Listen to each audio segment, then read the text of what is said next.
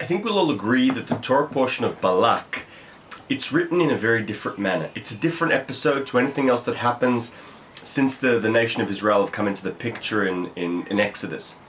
And Rabbi Raphael says, of all the miracles that God executed for the Jewish people, Balak, the issue with Balaam, Balak, the sorcerer, it is the only one that God gets into detail, right? The most intricate details of how this actually panned out and what happened, to the point of talking about the journey of a talking donkey, right? Like, talk about getting into, too many details or details.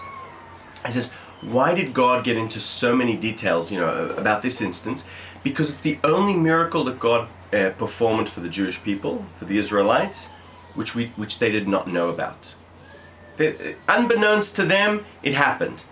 And he said, and he says, that's a sign of true love to the Israelites. Because, one can argue that, when you do something for someone else and, you tell them about it, maybe you're trying to flatter them, you want to make them feel good.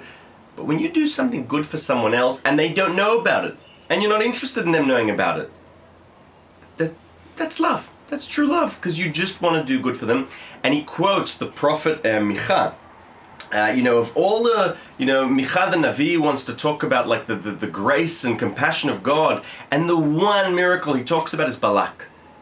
And Rabbi Raphael says, why would he only mention this one? Why Balak? Of all the things, the parting of the sea, the Ten Commandments, Egypt, of everything, Balak? This little episode? Yes, because it's the only one that the Israelites didn't know about. So that's what's fascinating.